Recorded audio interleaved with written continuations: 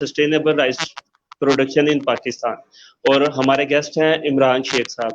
Sir अस्सलाम वालेकुम, very very warm welcome in over program. जी वालेकुम अस्सलाम जुनैद साहब, आपका बहुत शुक्रिया। आपने मुझे अपने फोरम पे मदऊ किया और मैं समझता हूँ कि आपका फोरम बहुत लाइक किया जाता है और ये बड़ा रेलेवेंट है। जितने भी हमारे एग्रीकल्चर के स्टेक होल्डर्स हैं, स्पेशली जो हमारी यूथ है, उसके लिए आप बहुत एक की रोल प्ले कर रहे हैं।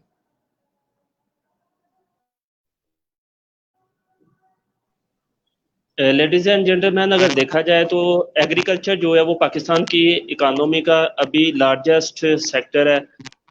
इसमें जो आपकी लेबर फोर्स है सबसे ज़्यादा वो इसके साथ अफिलिएट है। लिवलीहुड के लिए डिपेंडेंट जो है वो लोग सबसे ज़्यादा इस सेक्टर के ऊपर है। तो ये 19.3% जो है वो कंट्रीब्यूशन कर रहा है जीडीपी के अंदर। तो उसमें राइस बहुत अहम फसल है। सेकंड जो है लार्जेस्ट स्टेपल फूड है आफ्टर व्हीट, और सेकंड लार्जेस्ट एक्सपोर्टेबल कमोडिटी है आफ्टर काटन। और अगर इसकी प्रोडक्शन की बात की जाए तो तकरीबन 3034 मिलियन हेक्टेयर के ऊपर जो है वो इसकी काश्त हो रही है, और 7.410 इसकी जो है वो मिलियन टन जो है वो प्रोडक्शन है। तो सर मैं सबसे पहले आपसे रिक्वेस्ट करूंगा कि अपना एक ब्रीफ इंट्रोडक्शन जो है वो हमारी ऑडियंस को करा दे, ताकि उसके बाद हम अपने क्वेश्चन आंसर सेशन का आगाज कर सकें।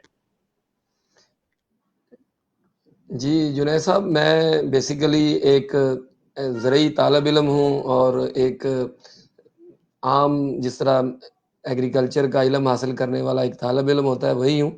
मैंने 2002 में एमफिल किया था एग्रोनॉमी में, और उस वक्त जो हमारे एग्रीकल्चर डिपार्टमेंट एग्रोनॉमी डिपार्टमेंट के हेड थे डॉक्टर शमशाद शाह साहब, वो मेरे सुपरवाइज़र थे। और मुझे उस वक्त ये एजाज़ हासिल हुआ था कि मिनफाल की तरफ से जो शुगर बीट के ऊपर ड्राउट के ऊपर उस वक्त एक प्रोजेक्ट था, उसमें मैंने काम किया था। और उस वक्त शायद उसको इतना रेलेवेंट नहीं समझा जा रहा था, लेकिन आज अल मुईज़ ग्रुप वगैरह और आईएफसी वर्ल्ड बैंक इसी पे प्रोजेक्ट कर रहे हैं। तो उसके बाद फिर मेरा 3 सेक्टर्स में मेजर एक्सपोजर रहा। मैंने एग्रीकल्चर जो पाकिस्तान का सबसे बड़ा कमर्शियल बैंक था, उसमें एज ए टीम लीडर काम किया एग्री फाइनेंस में। उसके बाद फिर मैंने कुछ देर जो है वो एग्रो केमिकल्स मार्केटिंग में रहा। फिर मैंने मार्स फूड जो कि 2016 में एक वाप्रो प्रोजेक्ट लेके आए थे पाकिस्तान में बासमती राइस के ऊपर। तो उसके अंदर Swiss agency for development and cooperation, Helvetas Swiss intercooperation, ये उसके इंटरनेशनल डोनर्स थे। और वो हमने बासमती के ऊपर अपनी कॉन्ट्रैक्ट फार्मिंग जो है वो चलाया। उसके बाद वो फेज़ 1 में मैं उसको कंप्लीट करने के बाद एज ए प्रोजेक्ट एग्रोनॉमिस्ट फिर मैंने गैलेक्सी राइस को as a project lead join किया।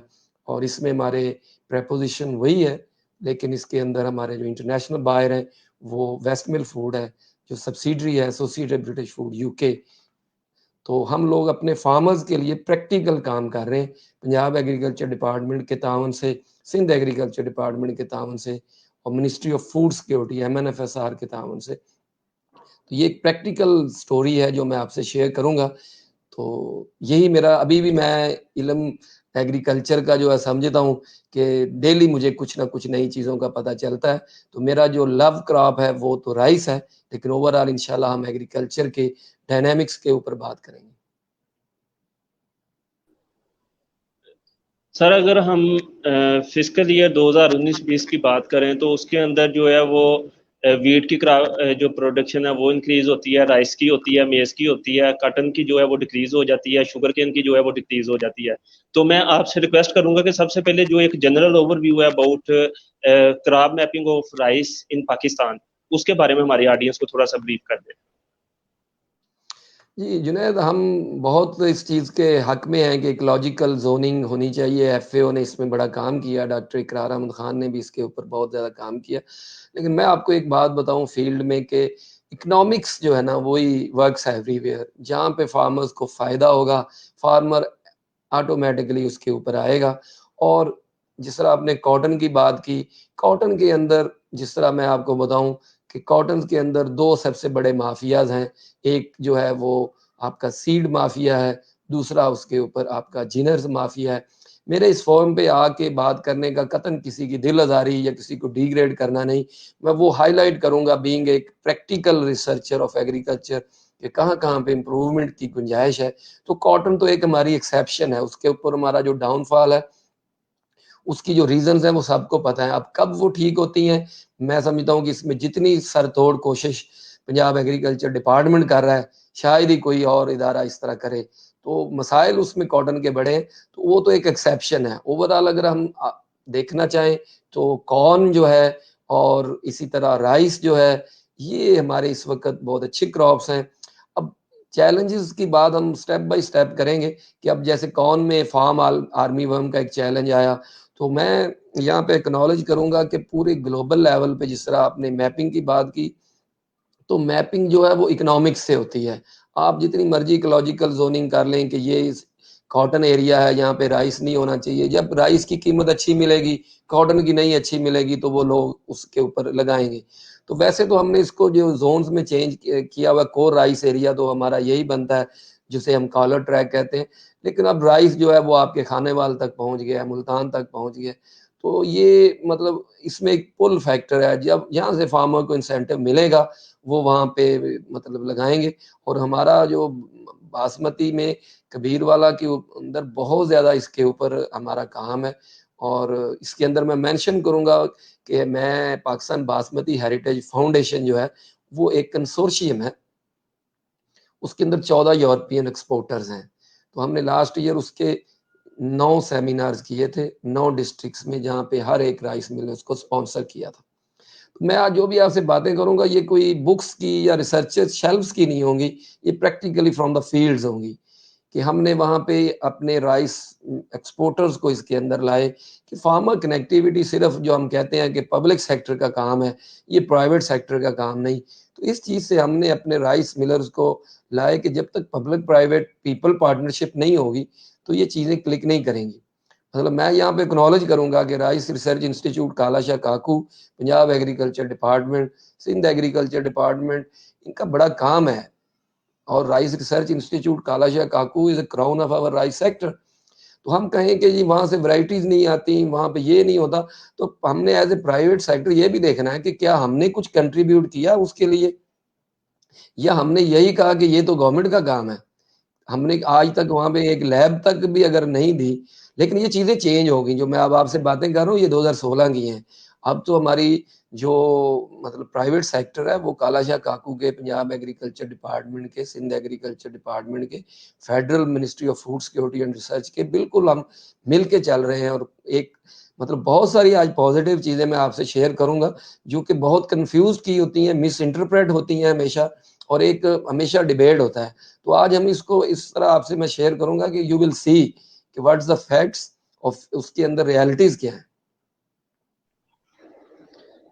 सर, क्योंकि जैसा कि हम जानते हैं कि राइस जो है वो एक खरीफ की फसल है, तो मैं आपसे जानना चाहूँगा कि इसका क्रॉपिंग पैटर्न जो है, डिफरेंट क्रॉपिंग स्कीम जो फार्मर अडॉप्ट करता है वो कौन कौन सी हैं, और कौन सी क्रॉप्स के साथ जो है वो इसका थोड़ा सा कंपटीशन होता है कि जिसके साथ कहने कि कभी इसका रकबा इंक्रीज हो जाता है, कभी उनका हो जाता है। इस बारे में हमारी ऑडियंस को बताएं।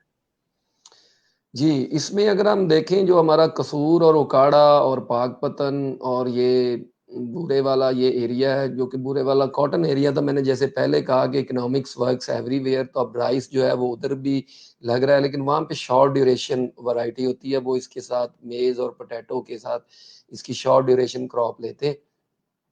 उसमें हाइब्रिड भी आता है हमारा, उसके अंदर PK 386 भी आता है। और जो हमारा जो कोर राइस एरिया है, जैसे इंडो गंगेटिक प्लेन्स हैं, वहाँ पे वीट राइस क्रॉपिंग पैटर्न है। तो वीट और राइस का जो क्रॉपिंग पैटर्न है, मतलब ये एक एकेडमिक डिबेट है कि ये सॉइल हेल्थ के लिए दोनों की रिक्वायरमेंट्स डिफरेंट है। वीट की रिक्वायरमेंट और है, राइस की रिक्वायरमेंट और है। और यही वजह है कि कोर जो हमारा राइस एरिया, जिसे आप कॉलर ट्रैक कहते हैं, वहाँ गंदम की पैदावार रिलेटिवली आपके दूसरे डिस्ट्रिक्ट से बहुत कम है। तो उसकी रीजन यही है कि मैं अगर आपसे पूछूं कि राइस कोर राइस एरिया, यहाँ पे राइस लगता क्यों है, ये जो आपके डिस्ट्रिक्ट्स हैं, ये हम कालर ट्रैक कहते हैं, जिसमें गुजरांवाला डिवीजन है, आपका ननकाना है, उसके बाद आपका ये शेखुपुरा है।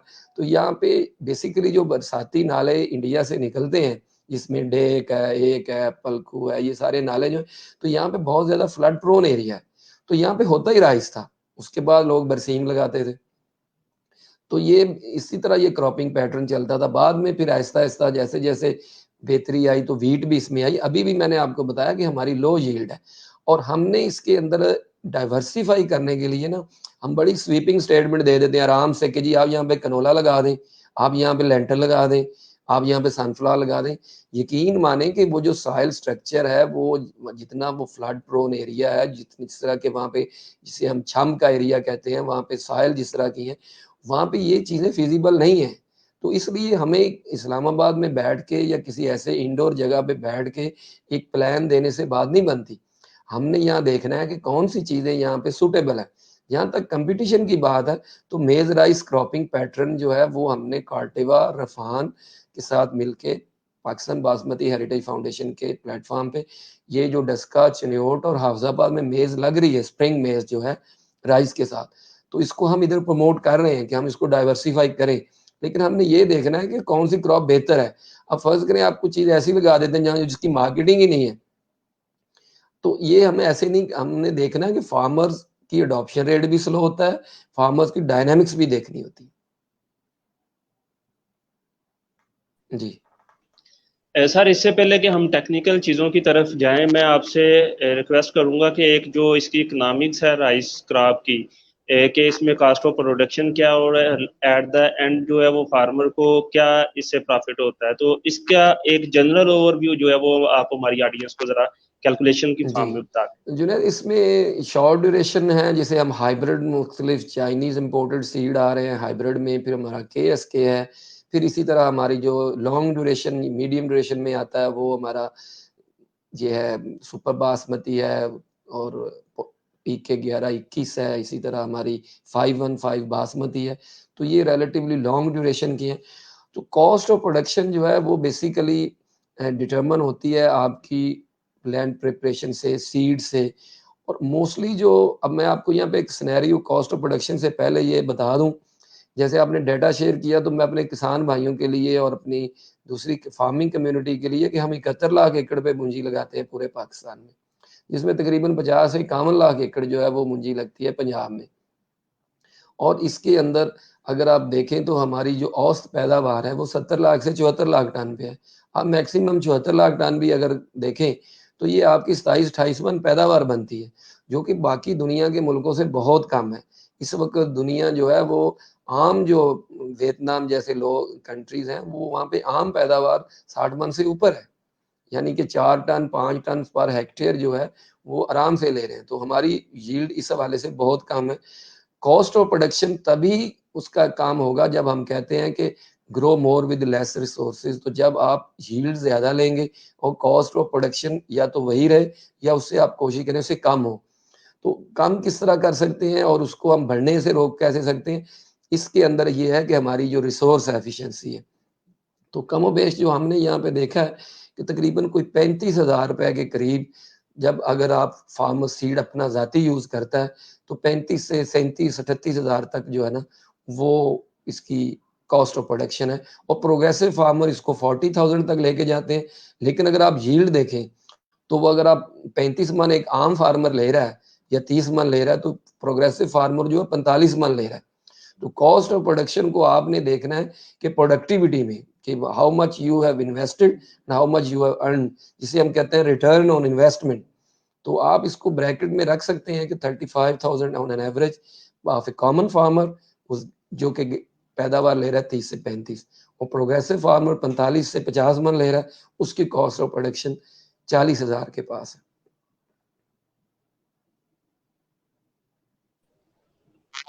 इसमें सर अगर कह लें कि हमारे डिफरेंट डिपार्टमेंट्स और जितने भी स्टेक होल्डर हैं एग्रीकल्चर के, वो अगर कंट्रीब्यूशन करके 1 एकड़ की पैदावार जो है वो ज़्यादा नहीं, कोई 6-7 मन ही अगर पर एकड़ इंक्रीज कर देते हैं, तो ये एक फार्मर की कह लें कि इकनॉमिक्स जो है वो बड़ी इससे ज़बरदस्त हो सकती है। तो सर अब मैं डिफरेंट आपसे फेजेस के बारे में पूछना चाहूँगा कि जो क्रॉप राइस की क्रॉप सोइंग से लेके हार्वेस्टिंग और आगे इसकी मार्केटिंग तक जो डिफरेंट फेजेस होती हैं, वो कौन कौन सी होती हैं और कब कब होती हैं? जी, जुनैद साहब इसमें मैं आपको बताऊँ कि हम लोग जो मैंने आपको वाइप्रो प्रोजेक्ट बताया 2016 से 2019 तक इसका पहला फ़ेज़ था। अब 2019 से 2023 तक इसका दूसरा फेज़ है, यानी कि ये 3-3 साल के 2 फेज़ हैं और ये स्विस गवर्नमेंट ने फेवर किया था और ये बेसिकली कॉटन और राइस दोनों के लिए आया था। बेटर कॉटन इनिशिएटिव जो थी बीसीआई वो इसके साथ थी कॉटन के, लेकिन बदकिस्मती से वो प्रोजेक्ट वेप्रो 1 स्टार्ट नहीं हो सका था और अब वो हमारे वेप्रो 2 के साथ कॉटन के ऊपर भी स्टार्ट हुआ है। तो ये जो 2 क्रॉप्स के ऊपर वेप्रो वाटर प्रोडक्टिविटी था कि हम किस तरह कम पानी के साथ ज़्यादा पैदावार ले सकते हैं। तो इसके अंदर हमने जो प्रैक्टिकल चीज़ें थी वही इसके अंदर रखी थी। उसमें सबसे पहले हमारा था लेज़र लैंड लेवलिंग और उसके बाद हम कहते थे सर्टिफाइड सीड कि अपने फार्मर्स को सर्टिफाइड। अब मैं इसको फिर आपको एक्सप्लेन करूँगा कि ये एक-एक चीज़ के अंदर क्या हमारी सक्सेस थी और कहाँ पे हम फेल हो रहे थे। तीसरी हमने कहा था कि मैकेनाइज़ेशन, चाहे वो मैकेनाइज़्ड राइस ट्रांसप्लांटर हो, चाहे वो किसी एरिया के लिए direct seeding through drill cultivation हो और उसके बाद तीसरा हम कहते थे कि राइस स्पेशलाइज्ड हार्वेस्टर्स हों, ना कि आपके जो व्हीट वाले हार्वेस्टर्स हैं। और इसके बाद ये कि आपका बायबैक एक्सपोर्टर्स जो हैं वो डायरेक्टली खरीदें आपसे फार्मर से और जो मिडल मैन है या तो उसको हम उसमें से स्किप करें या उसको हम इस तरह इसमें शामिल करें कि वो अब उसकी भी अर्निंग हो और वो फार्मर्स को भी उसका ड्यू शेयर दे। जी। सर अगर वाटर की बात की जाए, वाटर एफिशिएंसी की बात की जाए तो वो लास्ट ईयर जो खरीफ का हमारा वाटर रिसोर्सेज है वो थे 65.7 मिलियन एकड़ फीट और जो हमारी रिक्वायरमेंट थी वो थी 67.6 मिलियन एकड़ फीट।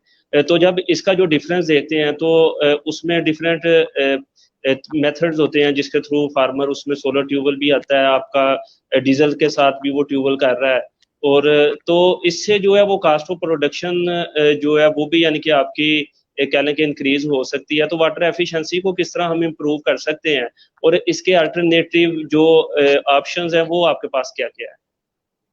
जी, जुनैद इसके अंदर मैं सबसे ज़्यादा एक्नॉलेज करूँगा on farm water management directorate से कि उन्होंने बड़ा इसके ऊपर काम किया और मैं आपको एक चीज़ बताऊँ, हम लोग बड़ा नेगेटिव बात करते हैं अपने पब्लिक सेक्टर डिपार्टमेंट्स की, लेकिन हमारे एग्रीकल्चर जो डिपार्टमेंट है उसके बहुत सारी सक्सेस स्टोरीज़ हैं जो पूरी दुनिया में। मैं आपको आज एक यहाँ पे एक बात बताऊँ कि लेज़र लैंड लेवलिंग की जो टेक्नोलॉजी थी, आप आज ये नोट कीजिएगा कि ये इंडिया के फार्मर्स को हमने दी थी। ये टेक्नोलॉजी इधर से गई है। ये पंजाब का जो इंडियन पंजाब है, जिसकी हम बहुत ज़्यादा उसको मेंशन करते हैं कि जी वो पंजाब जो है वो बहुत ऊपर चला गया और पूरे इंडिया को वो खिला रहा है और हमारे पास तो 67% पंजाब हमारे पास था और 33% पंजाब उनके पास रह गया। तो उन्होंने जी वो बहुत ज़्यादा वहाँ पे मतलब ग्रो किया और उनकी यील्ड बढ़ी है। तो उसमें कोई मज़ा कोई ऐसा बात नहीं है कि नहीं है। वो सब कुछ है हक़ाइक़ हैं, लेकिन लेज़र लैंड लर्निंग ऐसी सक्सेस स्टोरी है जो पाकिस्तान ने इंडिया को दी और हमारे स्टैट्स इंडिया से बहुत बेहतर हैं और ये सक्सेस स्टोरी जो है पूरी दुनिया में काउंट की जाती है। तो एक तो वाटर सेविंग के लिए मैं सबसे पहले ये कहूँगा कि जो फार्मर चॉइस भी है, फार्मर फ्रेंडली भी है, फार्मर उसको मानता भी है और वो हर जगह तक पहुँचा है, तो वो है लेज़र लैंड लेवलिंग जिसके अंदर आप कुछ 20 से 25% तक पानी बचा सकते हैं। अगर अब मैं लेज़र लेवलिंग की मिसाल दूँ तो वो रिसोर्स एफिशिएंसी में भी सबसे आगे है। मतलब वाटर प्रोडक्टिविटी अपनी जगह है, लेकिन ओवरऑल जो रिसोर्स एफिशिएंसी है कि आपने उसके अंदर इनपुट्स कितनी डाली और आपने उससे रिटर्न कितना लिया। और मैं आपको बताऊँ कि आप अगर आपका फील्ड लेवल होगा, तो आपको पानी देने में भी आपकी कॉस्ट कम लगेगी। क्योंकि जब फील्ड लेवल नहीं होता, तो जो ऊँचा हिस्सा होता है उसको पानी देने के लिए आपको पानी चढ़ाने के लिए डबल पानी देना पड़ता है। और दूसरी चीज़ मैंने जो कुछ आपसे जो कन्फ्यूजन्स हैं, बहुत सारे लोग कहते हैं जी फ्लड इरिगेशन खत्म कर देनी चाहिए। करनी चाहिए, लेकिन मैं आपको बताऊँ हमारी बहुत सारी सॉइल्स ऐसी हैं जहाँ पे flood irrigation as a soil reclamation use की जाती है। अब मैं दूसरी आपको बात बताऊँ कि ओवरऑल जो मतलब लेज़र लैंड लेवलिंग के ऊपर हमने इतना अब हमारे इतने अच्छे स्टैट्स हैं कि अब ये मैकेनिकल ट्रांसप्लांटिंग जो होती थी मशीन्स के ज़रिए, ट्रांसप्लांटर्स के ज़रिए, ये हमारी 3 दफ़ा की फेल्ड स्टोरी है। अभी भी स्क्रैप्स पड़े हुए हैं पीआरसी में और आरआरआई काला शकाकू में। तो अभी ये सक्सेस स्टोरी कैसे बनी है? ये पंजाब एग्रीकल्चर डिपार्टमेंट का जो प्रोजेक्ट है, जिसके अंदर डॉक्टर अंजम भुट्टर साहब ने उसको लीड किया, सेक्रेटरी एग्रीकल्चर ने उसके अंदर बड़ा काम किया। तो उसके अंदर ये था कि हमारे लेजर लेवलिंग के स्टैट्स अब बड़े अच्छे हैं। जब पहले ट्रांसप्लांटर आए थे पिछले सालों में, तो वो उस वक्त लेजर लेवलिंग में हम नहीं थे, तो वो कोई पौधे ऊपर लग जाते थे, कोई नीचे लग जाते थे, जिसकी वजह से वो फेल्ड स्टोरी थी। अब जब इसको लेजर लैंड लेवलिंग में हम अच्छे हुए, सर्विस प्रोवाइडर्स आए, चाइनीज इसके अंदर आए, पंजाब एग्रीकल्चर डिपार्टमेंट ने इसको ओन किया, और फेडरल लेवल पे जो है वो मिनिस्ट्री ऑफ फूड सिक्योरिटी और चेयरमैन पीआरसी डॉक्टर अजीम खान की क़यादत में ये काम हुआ। उसमें उससे पहले डॉक्टर यूसुफ जफर साहब थे। तो यकीन माने कि ये जो मैं 3 बंदे आपको बता रहा हूँ, ये आपके पाकिस्तान के शान है, पाकिस्तान का प्राइड है। डॉक्टर यूसुफ जफर साहब, डॉक्टर अजीम खान और डॉक्टर अंजम भुट्टर, इनसे लोग दुनिया में, मुल्कों में आप पहचाने जाते हैं। तो हमें इन जैसे लोगों की कदर करनी चाहिए। और मैं बताऊं आपको कि डॉक्टर यूसुफ जफर साहब पाकिस्तान बासमती हेरिटेज फाउंडेशन के सीनियर एडवाइजर है, और डॉक्टर अजीम खान ने राइस को इतना हाईलाइट किया फेडरल लेवल पे कि लास्ट हमारा वेबिनार था जिसमें फ़खर इमाम साहब थे और वो मिनिस्टर फूड सिक्योरिटी, और उन्होंने एंडोर्स किया। इसी तरह डॉक्टर अंजम भुट्टर साहब जो है वो वासिफ खुर्शीद साहब की क़यादत में उन्होंने पंजाब एग्रीकल्चर डिपार्टमेंट में जो मैकेनाइजेशन पे वो काम कर रहे हैं, जो राइडिंग टाइप ट्रांसप्लांटर्स थे वो आधी कीमत पे फार्मर्स को मिले, और उसमें सर्विस प्रोवाइडर्स आए जिसके अंदर जाफर ब्रदर्स है, गार्ड है। इन लोगों ने इसी फेल्ड स्टोरी को आज इस लेवल पे पहुंचा दिया है कि लोग, आप देखिएगा कि आपको सारे का सारा एरिया आहिस्ता आहिस्ता इस मैकेनिकल ट्रांसप्लांटिंग पे नजर आएगा। और तीसरी जो वाटर सेविंग के ऊपर आपने कही, वो सबसे ज्यादा है अल्टरनेट वेटिंग ड्राइंग ट्यूब, जो हमने सबसे ज्यादा प्रमोट की। मतलब हमने on farm water management directorate के साथ रनाला खुर्द में डीएसआर के साथ ड्रिप इरिगेशन पे भी काम किया, लेकिन जुनैद उसमें वीड मैनेजमेंट का इतना इशू था कि हम लोग उसको मैनेज नहीं कर पाए। तो उसके बाद जब AWD ट्यूब, जिसके ऊपर international rice research institute Philippine ने बड़ा काम किया, तो ये AWD ट्यूब जो है, ये ऐसा एक छोटा सा प्लास्टिक का एक पीस है जिसको आप जमीन में लगाते हैं, वो आपको बताता है कि कब पानी लगाना है। हमारा फार्मर जो है वो कहता है, उसका देसी तरीका है कि जब जमीन चिट्टी हो जाए, जब त्रेड़ पाटने लग पड़े, क्रैक्स आ जाए, तो ये हर बंदे का अपना तरीका था। तो ये ट्यूब आपको बताती है कि पानी कब लगाना है, और ये आपको बताती है कि आप इसमें कितना पानी आपने लगाया। आप 5 सेंटीमीटर पानी लगाएं, ये आपको उसी वक्त बता देगी कितने क्यूबिक मीटर है, कितने लीटर्स हैं। तीसरी चीज ये है कि जब पानी को नीचे से जमीन से जड़ें हासिल करती हैं, तो जड़ें लंबी होती हैं, और जड़ें लंबी होने से फसल गिरने से महफूज रहती है। और बासमती की फसल अगर गिरे ना, तो आप किसी आम किसान से पूछें कि रेट कितना अच्छा मिलता है। और तीसरी चीज ये है कि जो ब्राउन प्लांट हॉपर हमारा फ्यूचर का सबसे बड़ा पेस्ट है, जो माइग्रेट हो रहा है इंडिया से, और अब उसने यहाँ पे भी अच्छी खासी जगह बना ली है, तो उसमें आप कहते हैं कि वक्फे से पानी लगाएं। तो ये ट्यूब आपको नेचुरली इंटरमिटेंट, जिसे हम कहते हैं कि वक्फे से पानी लगाने में के लिए आपको एनेबल करती है। और ये आपको जो ग्रीन हाउस गैसेज है, जिसमें हम मेथेन एमिशन है, जब हम यूरिया डालते हैं खड़े पानी में, तो बहुत सारी उसमें से ग्रीन हाउस गैसेज निकलती हैं, जिसमें सबसे ज्यादा मेथेन है। और ये इतनी ज्यादा मोहलक है कि कार्बन डाइऑक्साइड से कई दर्जे ज्यादा मोहलक है। तो हमने जो देखा है कि वो तकरीबन 48% उसकी ग्रीन हाउस गैसेज में कमी है। तो आपके इन्वायरमेंट फ्रेंडली है, वाटर सेविंग है, पेस्ट से आपको बचाती है, क्रॉप लॉजिंग से बचाती है। तो तीसरी इंटरवेंशन हमारी ये है। पहले हमने कहा कि लेजर लैंड लेवलिंग, दूसरा हमने कहा कि आप मैकेनिकल ट्रांसप्लांटिंग, तीसरा हमने कहा कि आप जो AWD ट्यूब है इसके लिए। और ये सारी चीजें, लेजर लेवलिंग हम आधी कीमत पे दे रहे हैं, मैकेनिकल ट्रांसप्लांटिंग हम डेमो लगा रहे हैं, और ट्यूब्स हम फ्री दे रहे हैं अपने फार्मर्स को। जी सर, जब राइस की सोइंग का सीज़न आता है तो हम देखते हैं कि जो लेबर है वो नायाब हो जाते हैं, बड़े मुश्किल से मिलते हैं, और फार्मर को वो जो है एक्सप्लॉइट करते हैं, अपनी मुंह मांगी जो है वो प्राइस लेते हैं, और उसकी वजह से सीज़न के अंदर, पीक सीज़न के अंदर जो है वो 5 से 6 हज़ार एक एकड़ की जो है कास्ट ऑफ प्रोडक्शन इंक्रीज हो जाती है। और ना सिर्फ कास्ट ऑफ प्रोडक्शन इंक्रीज होती है, बल्कि जो उनको लोकल लैंग्वेज में जो है वो हम लाभे कहते हैं, जो लेबर फोर्स होती है, तो वो भी जो है उनको भी ढूंढना जो है ना वो इतना आसान नहीं होता। तो किस तरह आप समझते हैं कि ये जो मैकेनिकल ट्रांसप्लांटेशन की तरफ हम आ रहे हैं, ये कितना सूदमंद है इस सिचुएशन के अंदर? और दूसरा, पंजाब गवर्नमेंट ने इसके ऊपर अभी बड़ा अच्छा एक इनिशिएटिव लिया है, और इसी सीजन में जो है उन्होंने सब्सिडाइज मशीनरी जो है वो फार्मर को दी है। तो उसके बारे में थोड़ी सी डिटेल जी, हमारे जुनैद, ये ऑडियंस आपने को बहुत बता दें। अच्छा पॉइंट रेज़ किया है। इसमें 2 चीज़ें हैं। हमें इसमें सबसे पहले तो मैं इस पॉइंट से पहले आपको बताऊँ कि 1996 में जब मैं यूनिवर्सिटी में दाखिल हुआ था, उस वक़्त था कि जी आप एक सुराख में 2 पौधे लगाएँ, 9-9 इंच आपका उसका कतार का और पौधे का दरमियानी फ़ासला रखें और जो है वो 80,000 पौधे कम से कम लगाएँ। तो ये कभी भी नहीं हुआ था। उसकी वजह ये थी कि जब आप 71 लाख एकड़ पे पाकिस्तान में मूंजी लगाएँ और ज़्यादा से ज़्यादा 60 दिन की विंडो में, और अब पंजाब में आ जाए कि कम से कम 50 लाख एकड़ पे मूंजी लगा रहे हैं और आपके पास विंडो वही 60 दिन की है और 4 से 6 बंदों का औरतों का ग्रुप जो है, वो दिन में 3 से 4 एकड़ बमुश्किल लगाता है। तो आप मुझे बताएँ कि वो डिमांड और सप्लाई में कितना बड़ा डेफ़िसिट है। तो जब हम फार्मर से कहते थे कि जी आप एक सुराख में 2 पौधे लगाएँ, तो वो कहते थे कि ये लाभ जो है लाभ लगाने वाली औरतें जो हैं, और ये ट्रेडिशनली ये होता है कि नर्सरी जो लाभ है वो फार्मर खुद लगाता है और उखाड़ते जो हैं वो उनके जो होते हैं लाभ लगाने वाली हैं उनके साथ जो मेल होते हैं वो, और शिफ्ट जो है उसको फार्मर की ज़िम्मेदारी होती है, ट्राली पे रख के वहाँ जहाँ पे कद्दू किया होता है वहाँ पे भेजते हैं, और लाभ जो लगाती हैं वो मोस्टली औरतें लगाती हैं। तो उसमें हमेशा ये होता था कि वो इतने उस वक़्त उनको आपने देना होता है फ़ी एकड़, तो उनके लिए कोशिश होती है कि ज़्यादा से ज़्यादा हम एकड़ लगाएँ ताकि ये हमारा सीज़न अच्छा लगे। और उसमें ये होता है कि फार्मर चाहे जितना मर्ज़ी सर पे खड़ा रहे, वो दरमियान में फिर भी ज़्यादा फासले पे पौधे लगाएँगे और साइडों पे वो फार्मर को राज़ी करने के लिए घने सही लगा देंगे, अंदर फिर भी वो पहाड़े छोड़ जाएँगे। तो ये बहुत बड़ा हमारा मसला था।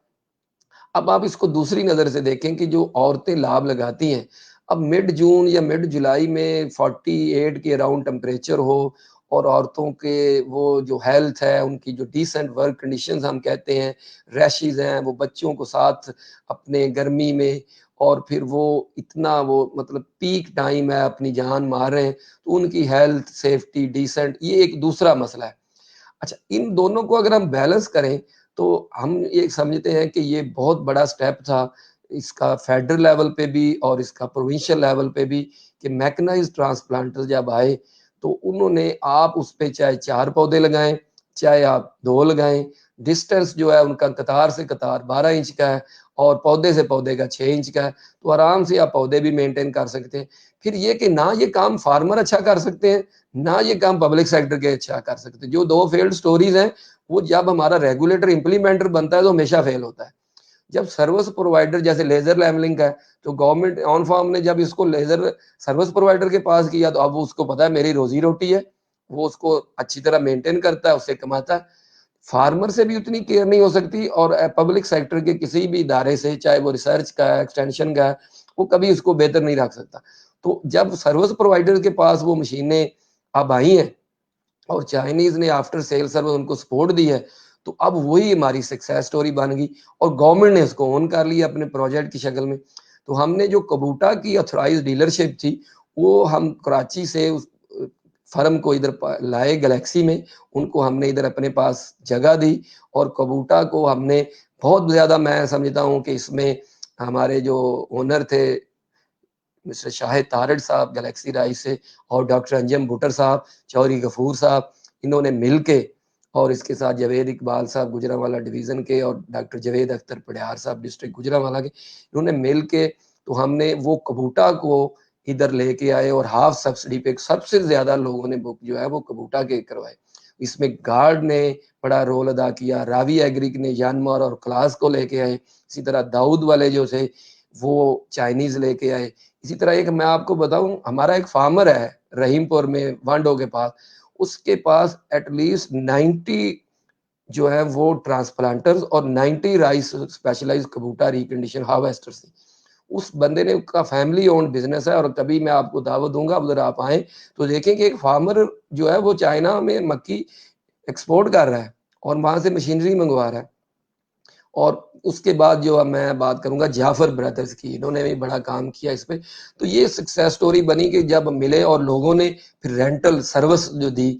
अब आप कह रहे हैं कि 6-7 हज़ार ये लाभ लगाने वाली औरतें लगाती हैं, तो तकरीबन 8 हज़ार से 10 हज़ार के दरमियान, जिसमें हर चीज सर्विस प्रोवाइडर की है।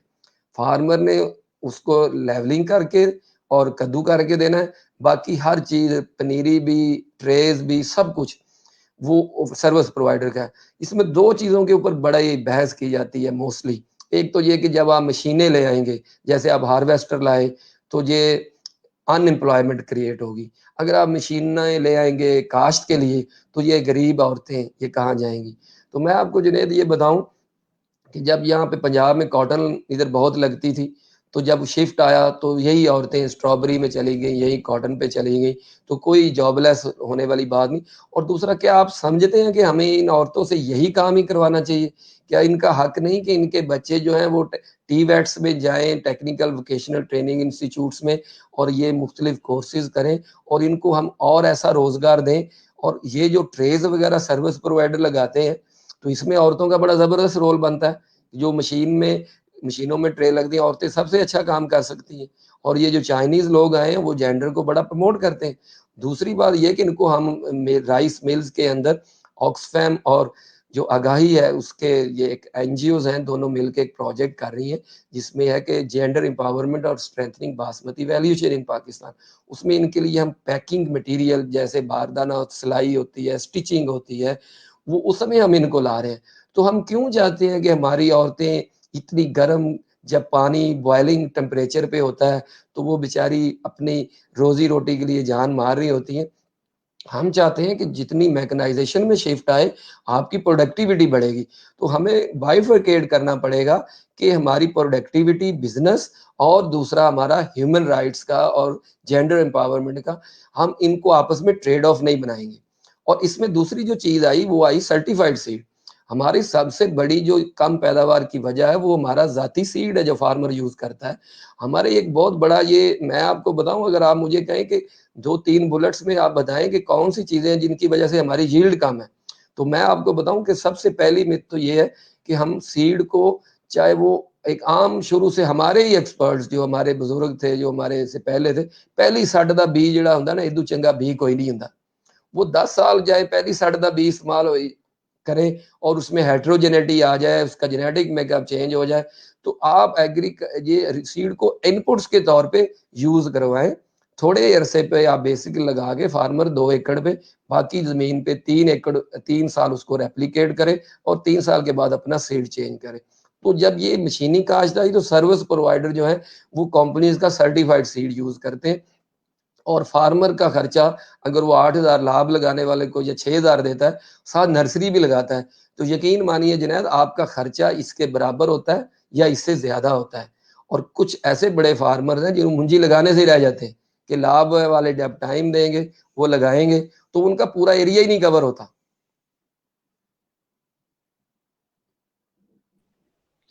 सर, एक क्वेश्चन था मेरा कि ये जो एरोमा होता है हमारे राइस के अंदर, स्पेशली जो ये जो राइस बेल्ट के अंदर हम राइस ग्रो करते हैं, तो इसकी वजह क्या है? यानी कि साइंटिस्ट भी इसके ऊपर रिसर्च कर रहे हैं, तो आपको इसकी वजह क्या फील होती जुनैद, बहुत बड़ा आपने एक डिबेट छोड़ दिया। बासमती जो है वो, अगर राइस मेरा लव क्रॉप है, तो जो बासमती है ये कोर ऑफ माय हार्ट है। अब देखिए, हमें दो चीज़ों के आजकल बहुत डिबेट चल रहा है जी, कि हमें हाइब्रिड राइस पे जाना चाहिए, और मैं हाइब्रिड राइस के बिल्कुल हक में हूँ। और मैं ये समझता हूँ कि हाइब्रिड राइस और बासमती, इनका आपस में उस लेवल का कंपटीशन नहीं है। बासमती हमारी नीश प्रोडक्ट है, ये हमारी स्पेशलिटी है, और ये प्रीमियम में बिकता है। तो इसका जो एरिया है उसको हमें देखना चाहिए। अब हाइब्रिड के ऊपर मैं आपको इकोनॉमिक्स बता देता हूँ। हम अज्यूम करते हैं कि हाइब्रिड जो है वो पंजाब में, अगर सिंध, क्योंकि वहाँ पे बड़ी हैवी सॉइल्स हैं, केनाल वाटर बड़ा अवेलेबल है, बलूचिस्तान जो आपका कच्ची केनाल का ये एरिया है, जिसमें आपका सोबतपुर है, जाफराबाद है, नसीराबाद है, और इसी तरह आपका ये मतलब जो शिकारपुर का एरिया, तो वहाँ पे हाइब्रिड की यील्ड बहुत ज्यादा है। पंजाब में हमारी, क्योंकि हम जमीनों को सांस नहीं लेने देते, और क्रॉपिंग इंटेंसिटी बड़ी है, और उसकी वजह से हमारी सॉइल्स शायद उतनी ज़्यादा फर्टाइल या उतनी ज़्यादा डिप्लीट हुई है रिसोर्सेज के हिसाब से, हम अज्यूम करते हैं कि 70 मन पैदावार है। आजकल बड़ा शोर है कि बासमती तो निरा नुकसान है। मैं आपको बताता हूँ कि हम समझते हैं कि जो इकोनॉमिक्स है वही काम करती है। आप 70 मन के हिसाब से आज का रेट लगा लें, 1100 रुपए रेट है इस वक़्त। मैं एक एवरेज बता रहा हूँ, कमी-बेशी इसमें हो सकती है। तो 70 मन के हिसाब से आप अंदाज़ा लगा लें, आप इसको 80 मन ही कर लें मैक्सिमम, जो कि पंजाब में शायद, सिंध में तो आप 90 भी जा सकते हैं, तो ये आपका 88,000 रुपया बनता है। अगर आप बासमती का एक फार्मर, जो मैंने चीज़ें आपको बताई कि वो सर्टिफाइड सीड यूज़ करे, लेज़र लेवलिंग और मैकेनिकल ट्रांसप्लांटिंग, पौधों की तादाद पूरी हो, और ये पानी का जो आप कहते हैं कि कैनाल वाटर तो बहुत पंजाब में कम होता जा रहा है, मिक्स लोग यूज़ कर रहे हैं। आप समझ लें 30% कैनाल वाटर रह गया है और 70% ट्यूबवेल का है, और ट्यूबवेल का तो सारा कॉस्ट ऑफ प्रोडक्शन में है। तो आप अगर 40 मन लगाएं तो पिछले साल तकरीबन 2400 एवरेज रेट था बासमती का, तो ये 96,000 रेट बनता है। तो कहने का मकसद ये है कि आपने दोनों ही चीजें लगानी है। अब लास्ट ईयर की मैं आपको एक वर्स्ट सिनेरियो बताऊं हाइब्रिड के ऊपर, मैं किसी को ना तो प्रमोट कर रहा हूं, ना मैं किसी को डिस्करेज कर रहा हूं। मेरा फार्मर जो है वो बेस्ट जज है, मेरे फार्मर्स ने डिसाइड करना है कि उसने क्या चीज लगानी है। लास्ट ईयर जब ये लोगों ने किसान बासमती या पोसा 1509 जो वैरायटी थी, ये लोगों ने लगाई बहुत ज्यादा, क्योंकि शॉर्ट ड्यूरेशन थी। बासमती के ऊपर हमें मसले हैं कि बासमती लेट कटती है, वो ज्यादा लॉज हो जाती है, उसकी वजह से गंदम लेट होती है, और ये प्रॉब्लम्स आती हैं। इंसेक्ट पेस्ट भी एंड पे जो आता है वो बासमती उसमें ज्यादा आती है। लेकिन मैं आपको बात बताऊं कि जब लोगों ने शॉर्ट ड्यूरेशन में देखा, तो 86 जिसे हम कहते हैं पीके 386, तो उसका रेट कम था, तो लोग किसान जो थे कि वो कायनात की तरह थी, तो वो जो लोगों ने ज्यादा लगाई। खास तौर पे जो उन्होंने तरबूज लगाना होता है, स्ट्रॉबेरी लगानी होती है, आलू लगाना होता है, तो उनको शॉर्ट ड्यूरेशन चाहिए। लेकिन जुनैद, जब सितंबर में टेम्परेचर 36 से ऊपर गया, 37 और 38 टच हुआ, लास्ट ईयर की मैं बात कर रहा हूँ, अभी आप रिलेट आज के दिन का फिर कीजिएगा, तो वो ये हुआ कि वो हीट रेजिस्टेंट थी ही नहीं। जितना आपका चाइनीज इंपोर्टेड हाइब्रिड था, वो 36 से ऊपर बर्दाश्त ही नहीं कर सकता था। किसान बासमती जो है, ये आपके इंडिया की एक वैरायटी थी, जो पोसा 1509 थी। वो हीट सेंसिटिव थी, वो पोलिनेशन ही नहीं कर सकी, जिसे आप पंजाबी में कहते हैं सारी पत्तल होगी। और हाइब्रिड जो था वो पाउडर हो गया सिंध में, जहां पे वो हीट वेव आई, तो लोगों ने एक पैनिक क्रिएट हो गया।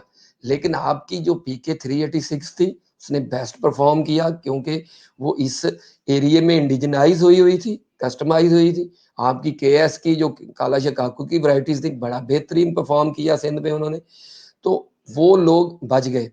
अब देखें, अब क्या हुआ इस साल, आप इसमें आए, अब आप, मैंने आपको 788,000 की इकोनॉमिक्स बता दी, साथ मैंने आपको 40 मन एवरेज प्रोग्रेसिव फार्मर की 96,000 वो बता दी। उसके बाद आप जब इसको एक्सपोर्ट करते हैं तो 400 450 रेट है आपका हाइब्रिड का, और तकरीबन 1000 ऑन एन एवरेज आपका बासमती का है। तो आज मैं अपने फार्मर को ये बताना चाहता हूँ कि ये रेट जो है बासमती का 2500 ना गवर्नमेंट करती है, और जब 1200 होता है तो तब भी गवर्नमेंट नहीं करती। ये आपके एक्सपोर्ट के ऑर्डर्स होते हैं, ये आपकी डिमांड होती है। और इंडिया के फार्मर ने जब बहुत ज्यादा जहरें इस्तेमाल की, ट्राइसाइक्लाजोल, बप्रोफ्यूजन, और जो उनका कार्बेंडाजिम था, तो उसकी वजह से यूरोप में वो बैन हुआ, तो वो सारे ऑर्डर्स पाकिस्तान को मिले। और खुशकिस्मती से और हमारे एग्रीकल्चर डिपार्टमेंट की मेहनत से कि हमने वो जो जहरें थी पाकिस्तान में इस्तेमाल नहीं हो रही थी, तो हमें बहुत ज्यादा ऑर्डर्स मिले बासमती के।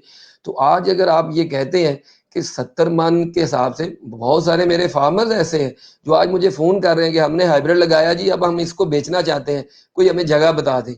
तो यकीन माने फिर आड़ती जो है वो अपनी मर्जी के रेट लगाता है।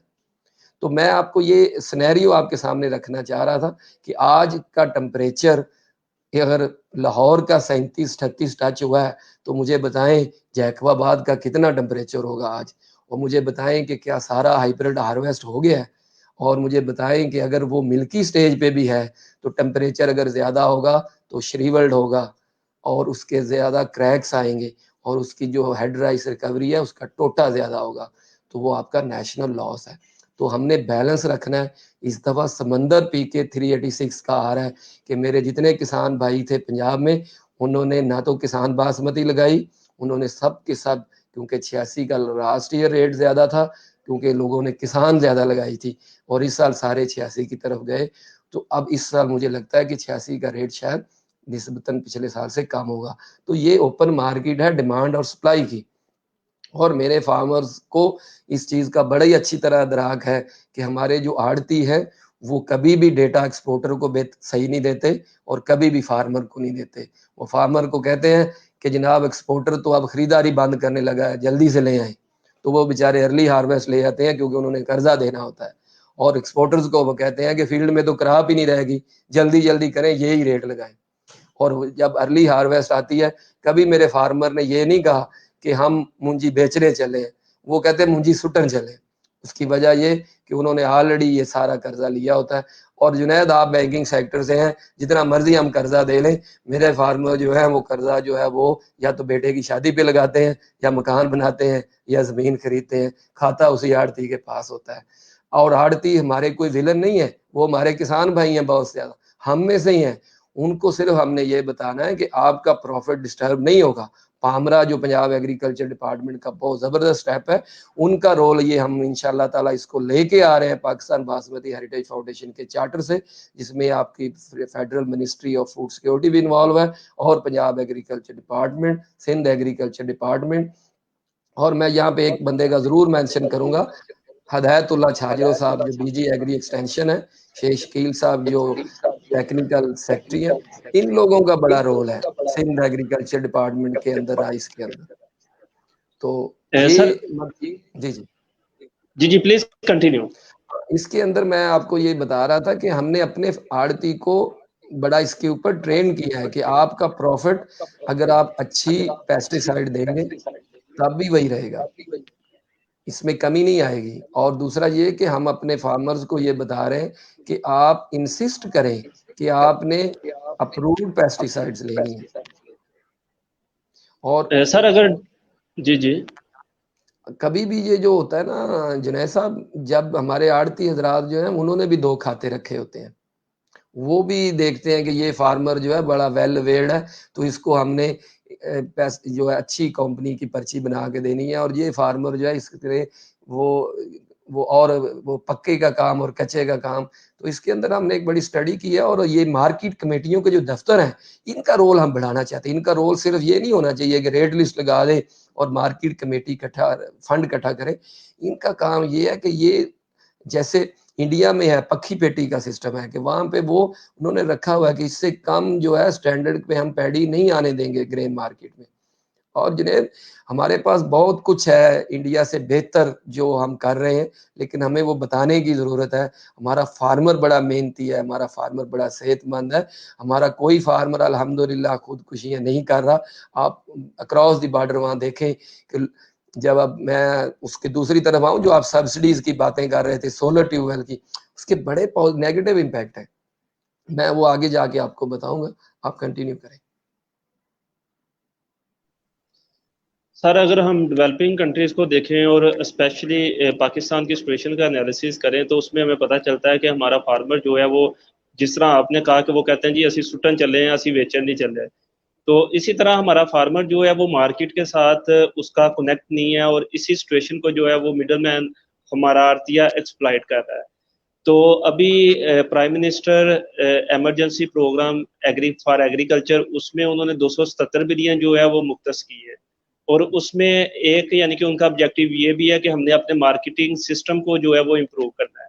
तो मैं आपसे पूछना चाहूँगा कि वो कौन सा मार्केटिंग सिस्टम हो सकता है कि जो हमारी इस करंट सिचुएशन के मुताबिक हमारे फार्मर्स को ना सिर्फ फैसिलिटेट करे बल्कि फार्मर उसको अडाप्ट करने के भी जो है वो काबिल हों और उसका बेनिफिट जो है वो फार्मर्स तक पहुंचे।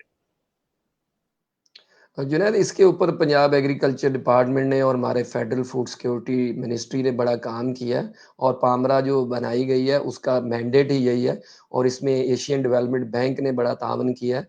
और इसमें मैं स्पेशली जिक्र करूंगा एहसन तैयब साहब का एडीबी से, कि वो जो आइडियल ग्रेन मार्केट बनने जा रही है, जो हमारी स्टीयरिंग कमेटी है एग्रीकल्चर की, जिसमें हमारे जो गैलेक्सी राइस से शाहिद तारड़ साहब जो हैं वो उसके मेंबर हैं, और उसके अंदर rice exporter association of Pakistan की भी पूरी रिप्रेजेंटेशन है, चेयरमैन रीफ भी उसमें आते हैं, राइस रिसर्च इंस्टीट्यूट काला शकाकू इनका, और इसी तरह सेक्रेटरी एग्रीकल्चर वासिफ खुर्शीद साहब, सारे इसके मेंबर्स हैं सारे। तो उसके अंदर ये चीज़ बिल्कुल अब बहुत ज़बरदस्त है कि हमने सिर्फ एक स्टैंडर्ड देना है, और पामरा ने मार्केट कमेटी के जो ऑफिसेज हैं, जो कि हर ग्रेन मार्केट में मौजूद हैं, उनको आपने यूटिलाइज करना है कि इस स्टैंडर्ड से कम पैडी नहीं खरीदी जाएगी। इस स्टैंडर्ड से कम पैडी आएगी तो हम उसको यहाँ से वापस भेज देंगे। तो उसमें आप देखिएगा वही आपके आड़ती भी कितना आपको सपोर्ट करेंगे, वही आपके फार्मर्स को भी पता होगा। आपका किसान आड़ती के पास क्यों जाता है? बैंकिंग सेक्टर में क्या होता है? इतना आप लोन देते हैं, वो क्यों जाता है डोमेस्टिक यूज़ पे? मैं इस चीज़ का कायल हूँ कि आप उसको पैसे देते हैं, ये यूटिलाइज़ेशन कोई इश्यू नहीं है। आपको मैं 10 लाख देता हूँ, वो आपने शादी पे लगा दिया, फसल वाले पैसे आपने आड़ती पे लगा दिए, वो रिशफल करता रहेगा। आप उसे कहें ये आड़ती ये पैसे फसल पे लगा दो, तो वो दूसरे पैसे शादी पे लगा देगा, उसने खर्चा तो वो करना ही करना है। हमें ये समझने की ज़रूरत है कि डॉक्यूमेंटेशन बहुत बड़ा प्रॉब्लम है। जो हमारे मज़ारे हैं, जिनकी अपनी ठेके पे जो ज़मीन लेते हैं, आड़ती कभी भी आपसे कुछ भी नहीं कराता। आप उससे इतना अनडॉक्यूमेंटेड और ईज़ी लोन देता है आपको। 24 घंटे की आपकी एटीएम है। आप जब चाहें, जहाँ चाहें पैसे ले लें उनसे। वो लिखता जाएगा और आपको उस विशेष साइकिल में वो ले आएँगे कि आप अपनी फसल देंगे, जो पैसे बच जाएँगे वो अगली फसल पे। तो आपका वो जो डेट ट्रैप है, वो कभी भी नहीं खत्म होता। तो मैं दोनों चीज़ों का बड़ी सख्ती से हक में हूँ कि कभी आप आड़ती को विलन ना बनाएं। वो हमसे है, वो फार्मर्स हैं, उनका जो रोल है उसको आप मॉडिफाई करें, उसे बताएं कि ये एक रोटी है, ये फार्मर ने, आपने और मिलर एक्सपोर्टर मिलके ये हमने खानी है, तो आप अपना अपना हिस्सा रखें। तो ये पंजाब एग्रीकल्चर डिपार्टमेंट इस पे ऑलरेडी काम कर रहा है, और आप इंशाल्लाह ताला ये देखेंगे नेक्स्ट ईयर से कि ये पामरा और हमारा पंजाब एग्रीकल्चर डिपार्टमेंट और एशियन डेवलपमेंट बैंक, ये लोग ऑलरेडी इसके ऊपर आइडियल ग्रेन मार्केट से स्टार्ट होने जा रहा है। तो ये आपको बड़ी अच्छी इसमें जो खबरें मिलेंगी। और दूसरा मैं यहाँ पे शेयर करूँ कि मेरा बड़ा सोर्स ऑफ इंस्पायरेशन है, जिसको मैं बड़ा फॉलो करता हूँ, डॉक्टर आबद कयूम सलहरी साहब, जो सस्टेनेबल डेवलपमेंट पॉलिसी इंस्टीट्यूट के एग्जीक्यूटिव डायरेक्टर हैं और हमारे एग्रेरियन हैं और हमारे एग्री सेक्टर की शान है। उन्होंने अपना टर्निंग टुवर्ड्स एग्रीकल्चर एक उनका आर्टिकल भी आया है, और उसके ऊपर आपका सारा टोटल का टोटल 6 पॉइंट्स उन्होंने दिए हैं। यकीन माने कि उसमें ये सारी चीज़ें कवर हो रही हैं जो आप कह रहे हैं। तो वो आप इंशाल्लाह ताला आप देखेंगे कि वो किसी और शक्ल में इंशाल्लाह ताला आएगा। और दूसरा जो अभी काम हो रहा है वो डॉक्टर खालिद महमूद साहब, जो रोथम स्टड रिसर्च इंस्टीट्यूट में इनोवेशन लीड है, और यूपी साइन के नाम से वो यूके का और पाकिस्तान का वो सारा डायस्पोरा एक फोरम बना है, उसके ऊपर बड़ा एक काम हो रहा है। और मार्च में वो आए थे, तो वहाँ यहाँ पे उनसे पूरी आपकी प्राइम मिनिस्टर से और प्रेसिडेंट साहब से मुलाकात हुई, मिनिस्ट्री जो आपकी साइंस और टेक्नोलॉजी है, क्लाइमेट चेंज है, तो ये सारे लोग ऑन बोर्ड हैं। आप बहुत अच्छी खबरें आपको लगेंगी। आप मायूसी और जो तनकीद और ये कुछ नहीं हो रहा पिछले 12 साल में, यकीन माने कि आपके मसाइल इतने बड़े थे। आप कभी उन आप कभी डॉक्टर अंजुम भुट्टर की चेयर पे बैठ के देखें कि इन लोगों ने यार कितना काम किया है। आपके जो पेंडेमिक में हमारे एक फील्ड असिस्टेंट से लेकर डीलर, पेस्टिसाइड का, फर्टिलाइजर का, सीड का, ज़राअत ऑफिसर और डायरेक्टर जनरल तक लोग ऑफिस खुले रखे। आप कभी जाएं डेविस रोड पे डीजी हाउस में कि कितने लोग जो हैं वो उससे इन्फेक्टेड हुए। क्या वो ऑफिस एक दिन भी बंद हुआ? जब लोकस्ट आई तो कितना ये डिपार्टमेंट था जो सबसे आगे था। आप देखिए हमारी पाक आर्मी ने जिस तरह लोकस्ट को कंट्रोल किया। तो हम इस मायूसी से निकलें और हम देखें कि इन डिपार्टमेंट्स ने कितना काम किया। सर, हम अक्सर सुनने में आता था कि हमारे लिंकेजेस जो हैं वो बड़े वीक हैं एग्रीकल्चर सेक्टर में, और हम नेटवर्किंग के ऊपर काम नहीं कर रहे, और हम जो है वो डॉक्यूमेंटेशन की तरफ काम नहीं कर रहे। तो मैं जब आपका काम देखता हूं तो माशाल्लाह बड़े अच्छे तरीके से जो है वो ना सिर्फ पाकिस्तान के लोगों को आपने जोड़ा हुआ है, बल्कि इंटरनेशनल कम्युनिटी को जो है वो आप उनके साथ कनेक्ट कर रहे हैं। तो कनेक्टिविटी का या नेटवर्किंग का जो है वो एग्रीकल्चर डेवलपमेंट में क्या रोल हो जी, सकता जैसे है? मैंने आपसे कहा कि अगर हम देखें कि प्राइवेट सेक्टर जो बरयुज़्ज़मा था, देखिए प्राइवेट, मैं आपको अपने से शुरू करता हूँ। मैं जो बातें कर रहा हूँ वो प्रैक्टिकल है। मैंने अपने आप को वाप्रो प्रोजेक्ट की अभी एंड पे आपसे शेयर करूँगा कि मैंने प्रैक्टिकल वो हम किस तरह कर रहे हैं।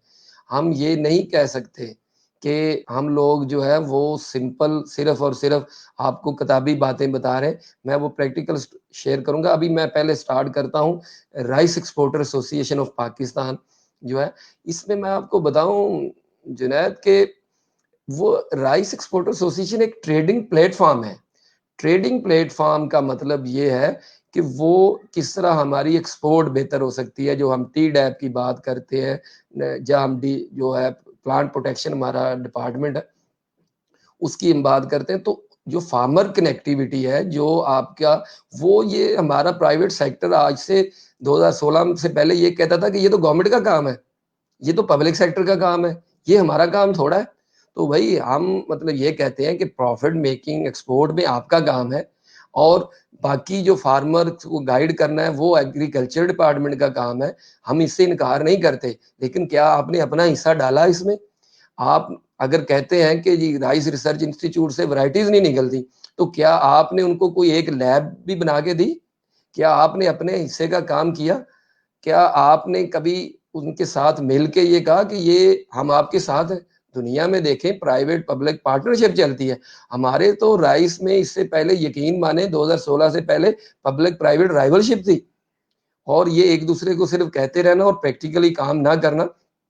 अब अल्हम्दुलिल्लाह चीज़ें बड़ी चेंज हुई और हमने जो पाकिस्तान बासमती हेरिटेज फाउंडेशन बनाई, तो इसका कोई मकसद ये नहीं था कि कोई 1.5 इंच की मस्जिद अलहदा बनानी थी।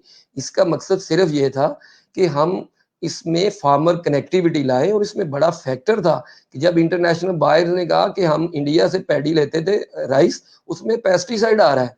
आपके किस तरह इंश्योर कर रहे हैं कि आपके राइस में नहीं आ रहा पेस्टिसाइड? आपकी क्या फार्मर कनेक्टिविटी है? तो हमारे जो राइस मिलर से इनके पास बताने को कुछ नहीं था। तो मैं सबसे पहले सैल्यूट करता हूँ मार्स फूड को कि 2016 में जब उन्होंने ये प्रोजेक्ट दिया और शेखुपुरा में ये चला, तो उससे एक ट्रेंड आया और मैं आपको बताऊँ जुनैद, मुझसे लोग मुझसे हँसते होते थे कि हमसे आड़तियों से नहीं मुंजी ली जाती, तुम हमें फार्मर्स की तरफ भेजते हो। तो मैं उन्हें कहता था कि नहीं, आप एक आड़ती को ट्रेन कर लें तो 500 फार्मर ट्रेन हो जाएँगे। आड़ती को सिर्फ ये बता दें कि आपका प्रॉफिट नहीं कम होगा, वो आपके साथ चलेगा। आपके इधर सोसाइटीज़ या कोऑपरेटिव्स अगर नहीं चली, तो आपका आड़ती ही आपका कोऑपरेटिव है। आप उसको समझाएँ तो सही इस पे पहले। तो अल्हम्दुलिल्लाह अब हमारे आड़ती हमारे पाकिस्तान बासमती हेरिटेज फाउंडेशन में हम अपने आड़तीज़ को अपने फार्मर्स के साथ बढ़ाते हैं। और दूसरा ये कि हम जितने भी कंपनीज़ हैं, फौजी फर्टिलाइज़र है, एंग्रो फर्टिलाइज़र है, फातिमा फर्टिलाइज़र है, इसी तरह हमारी पेस्टिसाइड कंपनीज़ में क्रॉप लाइफ है, सिंजेंटा है, कॉर्टिवा है और इसी तरह यूपीएल है और इसी तरह बेयर क्रॉप साइंस है। इनके पास और कैंज़ो जो एवियाल ग्रुप है, इनके पास राइस के सॉल्यूशंस हैं। जुनैद, हमारे जो सेमिनार्स हैं वहाँ पे मिनी एक्सपोज़ लगती हैं। वहाँ पे वो फार्मर्स को राइस के सॉल्यूशंस बताए जाते हैं। मुझे लोग पूछते थे कि आप किन कंपनीज़ को बुलाते हैं? ये आपकी कोई आप नेपोटिज़्म करते हैं? आप अकरबा परवरी करते हैं? तो हम कहते थे कि नहीं, हम ऐसी-ऐसी कंपनीज़ को जानते हैं जिनका ये बड़ा बोर्ड लगा होता था कि खुराक और ज़हर साथ-साथ। अब मेरा आम किसान अगर क्या समझे, कोई गोरा अगर देखे हमारा कोई इंटरनेशनल बायर, तो वो कहे यार ये तो खुराक और ज़हर ही साथ कर रहे हैं। दुनिया जो है वो पेस्टिसाइड को रिस्पॉन्सिबल यूज़ पे जा रही है। तो हमारा जो चार्टर है पाकिस्तान बासमती हेरिटेज फाउंडेशन का, एक तो ये है कि रीप का एक ट्रेडिंग प्लेटफ़ॉर्म है, उसका एक बहुत बड़ा रोल है, वो अपना रोल प्ले करे। हम एक ब्रिज बनाएँ इंडस्ट्री की अपने रिसर्च के साथ, एकेडेमिया के साथ। मैं आपसे एक सवाल एकेडेमिया के ऊपर ये करना चाहता हूँ कि आप यूएफ को लम्स क्यों नहीं बना सकते यार? क्या फ़र्क है? आप हमारा यूएफ मेरी अल्मा मैटर है, मेरी मदर इंस्टीट्यूशन है, क्या डिफ़रेंस है? डिफ़रेंस यकीन माने यही है, वो जैसे आपको मैं कहूँ कि आम जब मोटरवे पुलिस आई थी तो हम कहते थे कि जी पाकिस्तान में तो ये निज़ाम नहीं ठीक हो सकता। आज मोटरवे पुलिस ने अपने एग्ज़ाम्पल से इसको देखा इसी तरह लम्स को मैं बहुत ज़्यादा अप्रिशिएट करता हूँ कि टेक्नोलॉजिस्ट ने एग्रीकल्चर सीखना शुरू कर दिया। तो मेरी ये ख्वाहिश है कि एग्रीकल्चरिस्ट जो है वो भी टेक्नोलॉजी को सीखें और यूएफ और लम्स का आपस में इस तरह का रोल हो कि हमारे यूएफ के जब एग्री स्टूडेंट्स लम्स में बैठें तो वो बिल्कुल ज़रा भी फील ना करें कि शायद मैं कुछ बोलूँगा तो पता चलेगा कि शायद मेरे एक्सेंट में इशू है, शायद मेरा ये। हमारे यूएफ में एफएससी के बाद क्रीम जाती है, वो लड़के जाते हैं जो कि पूरा क्रक्स होते हैं, जो कुछ मार्क्स से अपने एमबीबीएस में थोड़े बहुत कमी बेशी से। तो मुझे बड़ा मान है, लेकिन मैं चाहता हूँ कि सिस्टम आप लम्स वाला लाएं। सर मैं आपसे क्वेश्चन करना चाहूँगा कि जो ज़ीरो लाइन है उसके उस तरफ और इस तरफ वाली ज़रात में क्या डिफरेंस है और किस तरह आप जो है वो सिचुएशन को कंपेयर करते हैं? ये बड़ा आपने अच्छा सवाल पूछा। 1996 से हम इंडियन पंजाब वर्सेस पाकिस्तान पंजाब ये कहते हैं और इसके अंदर 2 चीज़ें, दूसरा जो आपने उससे पहले भी एक सवाल किया था कि क्या हमारे जो फील्ड फोर्स है पंजाब एग्रीकल्चर डिपार्टमेंट की वो एरिया कवर कर पाती है। तो जो रोल है आईसीटी का, इंफॉर्मेशन कम्युनिकेशन टेक्नोलॉजी का, मोबाइल ऐप्स का, व्हाट्सएप, फेसबुक, सोशल मीडिया, तो इन दोनों चीज़ों पे मैं ज़रूर आपको बताऊंगा कि बेसिकली इंडियन पंजाब जो था उसमें कौन सी चीज़ें अच्छी हुई स्टार्ट में। एक तो आपको वहाँ का जो हम एरिया काउंट करते हैं, जो हम कहते हैं दोआबा, मलवा और माझा, ये 3 एरियाज हैं उनके। तो जो नेहरू प्लान आया था उसके अंदर उन्होंने कुछ चीज़ें हमसे बेहतर कर ली जल्दी में, और हम उनमें जैसे रेजरवायर्स थे, उन्होंने डैम्स बनाए, उन्होंने हेड्स बिराज बहुत जल्दी बना लिए हमसे, और नेहरू प्लान के साथ वो इंटैक्ट रहे क्योंकि उनकी आबादी ज़्यादा थी। वो अपने आप को फूड इनसिक्योर फील करते थे, तो उन्होंने बाकायदा जो प्रोविंसेस थे उनको हाईलाइट किया कि ये उनके एनरिच प्रोविंसेस हैं, और उसमें ये इंडियन पंजाब सबसे आगे था। पानी उनके पास ज़्यादा था। हम जो है वो शायद तरबेला के बाद डी ट्रैक हो गए और हमने उस लेवल पे रिजर्वायर्स नहीं बनाए। तो हमारे पास जो 67% पंजाब था वो इतना ज़्यादा एरिया था, और उसकी हम उसको उस तरीके से डेवलप नहीं कर पाए जिस तरीके से जो 33% पंजाब इंडियन का था वो इंडिया ने डेवलप किया। अब आम जो टॉक चलती है वहाँ पे जो बिजली जी फ्री है, वहाँ पे तो फर्टिलाइजर जो खाद है वो फ्री है, वहाँ पे जो सोलर फ्री है। अब मैं आपको बताता हूँ इनकी वजह से उनकी यील्ड बहुत ऊपर चली गई, और वो उन्होंने इंडियन पंजाब ऐसे समझ लें कि इंडिया को भी खिलाता है और एक्सपोर्ट भी करता है। और वहाँ पे आपको एक और चीज बताऊं कि हमारे 65% फार्मर सब्सिस्टेंस हैं, जिनकी 12.5 एकड़ से जमीन कम है, वो पंजाब के 65% हैं, और 35% कमोबेश ऐसे हैं जिनके पास जो है 12.5 एकड़ से ज्यादा है। लेकिन इंडियन पंजाब में अगर आप देखें तो इससे सूरत हाल उल्ट है। वहां पे बड़ा फार्मर जो है, जो उनका कल्टीवेटेड एरिया है वो ज्यादा है, वो चाहे 33% है लेकिन कल्टीवेटेड एरिया ज्यादा है, और वहां पे जो प्रोग्रेसिव फार्मिंग है, जो बड़ा फार्मर है वो 65% है। और उसने जब गवर्नमेंट ने उनको सब्सिडीज दी तो उन्होंने बहुत खूब, ग्रीन रेवोल्यूशन के बाद भी उन्होंने बहुत ज्यादा प्रोडक्टिविटी को बढ़ाया। लेकिन सब्सिडीज बैकफायर कैसे करती हैं ये मैं आपको बताता हूँ। आज एक वर्स जो सिनेरियो इंडिया का, ये पॉजिटिव तो सबको पता है। अब हुआ क्या कि जब आपने उनको कहा कि बिजली भी फ्री है, खाद भी तकरीबन फ्री है, उन्होंने ट्यूबवेल खुले छोड़ दिए कि जब बिजली का बिल नहीं आना तो ट्यूबवेल बंद करने की जरूरत ही नहीं है। उसके बाद उन्होंने क्या किया कि खाद जब सस्ती है तो खाद इतनी डालें कि पैदावार ज्यादा आए, बाकी खैर है। अब उससे हुआ क्या, पेस्टिसाइड प्रोग्रेसिवनेस की वजह से उन्होंने इतनी ज्यादा डाली कि आज यूरोप में राइस में उनके ऊपर जो चेक लगा हुआ है, बैन नहीं हुआ हुआ इंडिया, उनकी वो पेस्टिसाइड 0.01 हो गई। 0.01 पे लाने के लिए इंडिया को अभी तक 4 साल में कामयाबी नहीं हुई। हम असेस करते थे कि दूसरे साल इंडिया इससे निकल जाएगा, उसके फार्मर मान जाएंगे, लेकिन उसके फार्मर अभी भी कहते हैं कि नहीं जी हमने तो तोल के पैसे देने हैं। आज पूरी की पूरी राइस इंडस्ट्री उनकी दहलीज पे बैठी हुई है कि खुदारा ये पेस्टिसाइड ना यूज करें, लेकिन उनका फार्मर अभी भी अपनी इकोनॉमिक्स को देख रहा है। और मैं आपको बताऊं वहां पे आड़ती के बगैर कोई राइस मिल जो है वो मुंजी फार्मर से नहीं डायरेक्ट खरीद सकती, और फूड सिक्योरिटी उनकी, क्योंकि राइस स्टेपल है, तो गवर्नमेंट की परमिशन के बगैर आप नॉन बासमती नहीं खरीद सकते, आड़ती की परमिशन के बगैर आप बासमती नहीं खरीद सकते। आप जुनैद ये जरा तसव्वुर तो करें, अगर पाकिस्तान में ऐसे हो कि बासमती अगर खरीदनी हो राइस मिल ने, तो वो आड़ती से परमिशन ले और फार्मर जो है वो कंट्रैक्ट करे आड़ती से, आड़ती कंट्रैक्ट करे राइस मिल से, और गवर्नमेंट आपको नॉन बासमती खरीदने ना दे कि ये तो फूड इनसिक्योरिटी है, ये तो गवर्नमेंट खरीदेगी। जब ट्यूबवेल खुले छोड़े, खादें बहुत ज्यादा डाली, तो क्या हुआ कि ज़ेरे ज़मीन पानी इतना नीचे चला गया इंडियन पंजाब में कि आज वहां पे खुदकुशियां हो रही हैं, सुसाइड्स हो रहे हैं। आपकी फर्टिलाइजर आपने इतनी ज्यादा डाली कि नाइट्रिफिकेशन का मसला बन गया। आपका नीचे वाला जो पानी है वो पहले तो बहुत नीचे चला गया, दूसरा वो ब्रैकिश हो गया, नाइट्रिफिकेशन का इशू आ गया। अभी ये सिनेरियो आप लाए सोलर के ऊपर, तो गवर्नमेंट ने बड़ा, पंजाब एग्रीकल्चर डिपार्टमेंट ने जबरदस्त स्टेप लिया कि अगर आप सोलर ट्यूबवेल लगाना चाहते हैं तो आपको ड्रिप या स्प्रिंकलर लेना पड़ेगा। अब स्प्रिंकलर के जो इश्यूज हैं कि उसमें सेडिमेंटेशन हो जाती है, चोक हो जाता है, वॉशिंग नहीं होती, और वो राइस पे उस हिसाब से नहीं हो सकता, वो अपनी जगह है।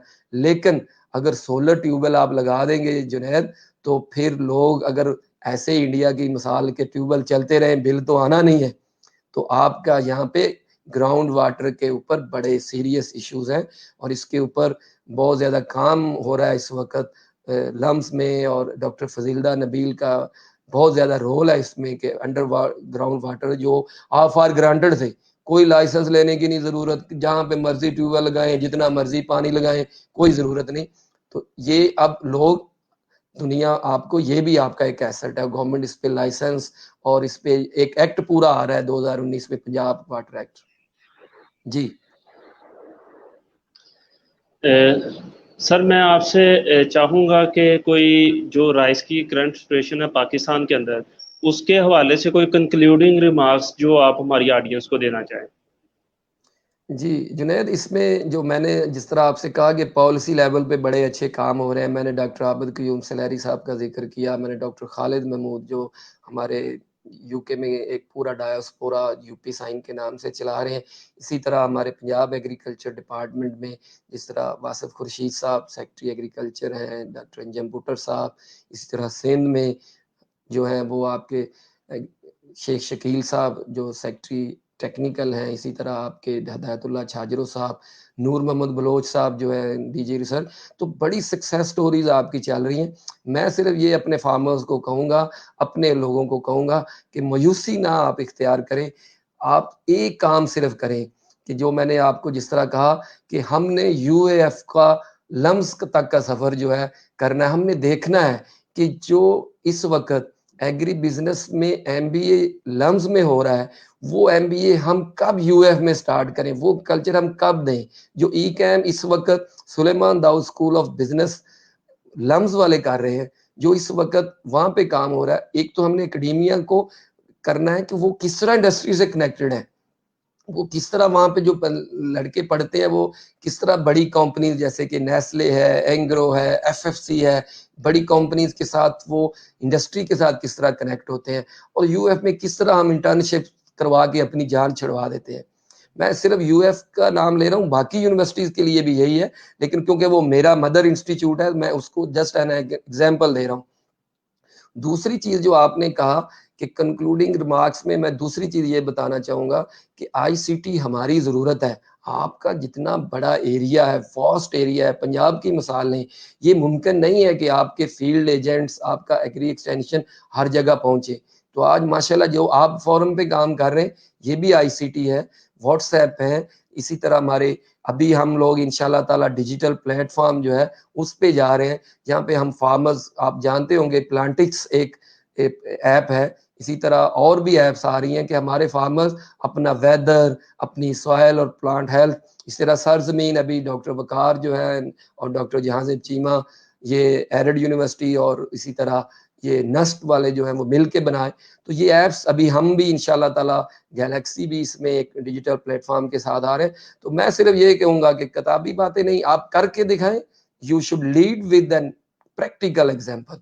तो इंशाल्लाह वो कहते हैं कि जिस तरह जरा नम हो ये मट्टी, बड़ी जरखेज है साकी, तो वो बात है हमारी कौम में, हमेशा एक दो बंदे ही लीड करते हैं। हमारी क्रिकेट टीम में भी एक आध परफॉर्म करता है और हम इंशाल्लाह ताला वो मोइज़े कर दिखाते हैं। तो ये हम एग्रीकल्चर में कर रहे हैं।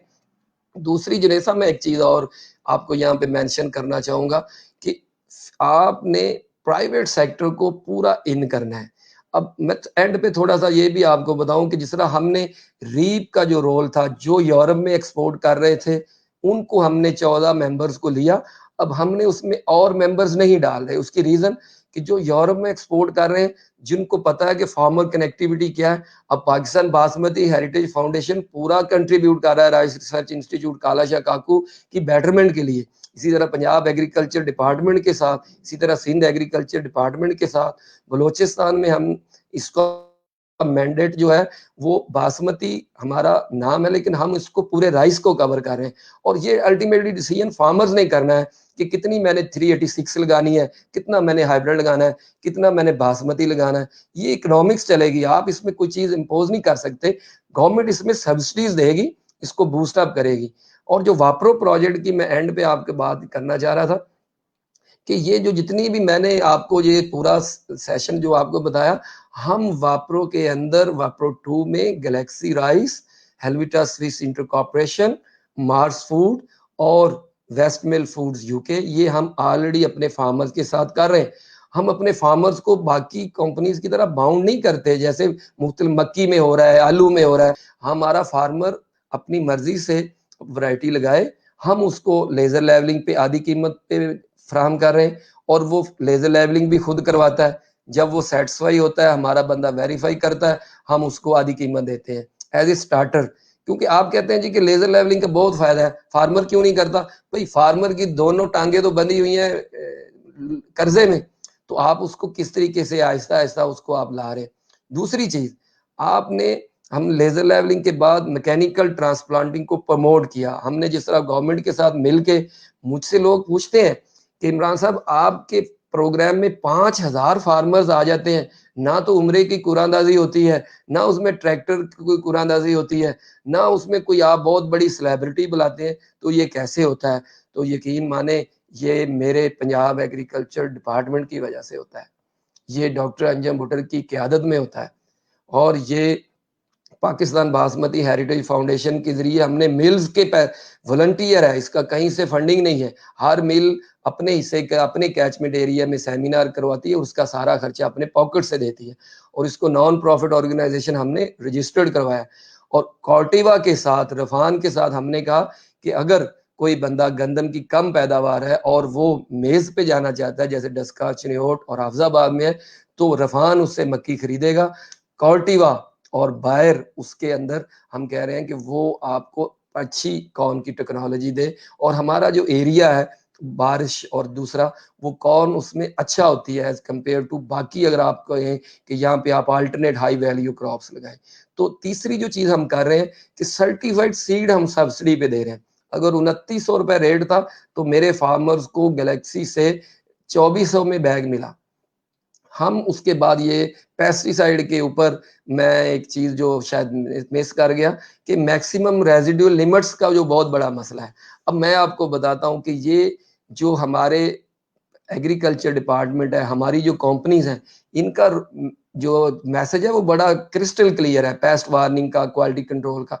अब होता क्या है कि जो छोटे रिटेलर्स हैं वो अताई डॉक्टरों की तरह होते हैं। जब उनके पास फार्मर जाता है, उनके पास जो चीज ज्यादा पड़ी होती है, जिसमें उनका मार्जिन ज्यादा होता है, वो कहते हैं जी ये आप इस तरह करें, तेला आ गया है तो तेले पे ये स्प्रे कर दें, 200 नहीं आप 400 ml कर दें।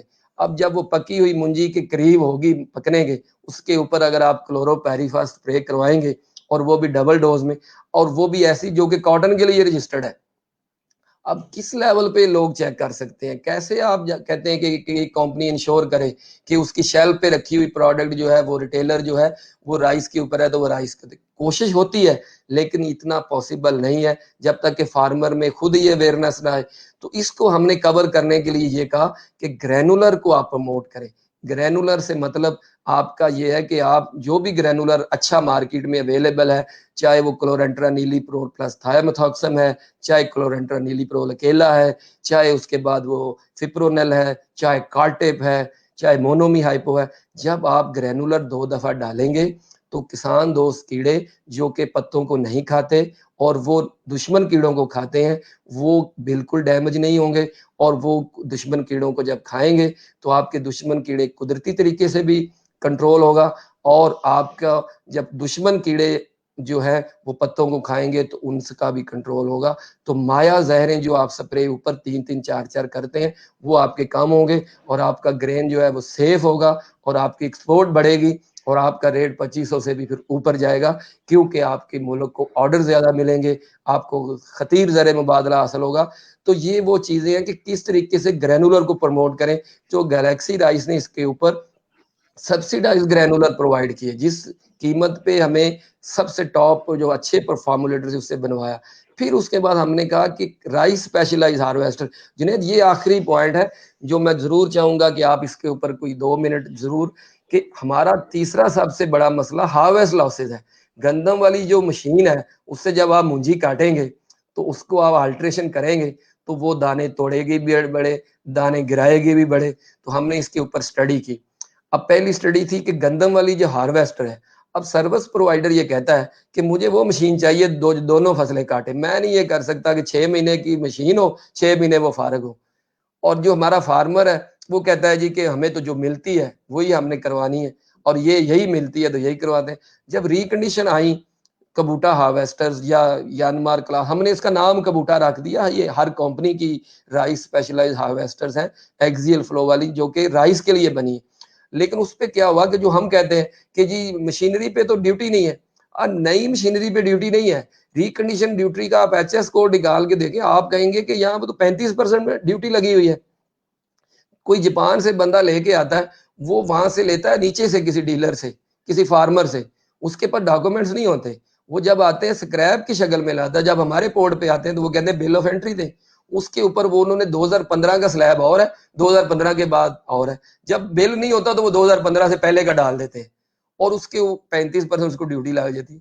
तो गवर्नमेंट अगर इस ड्यूटी को ही खत्म कर दे।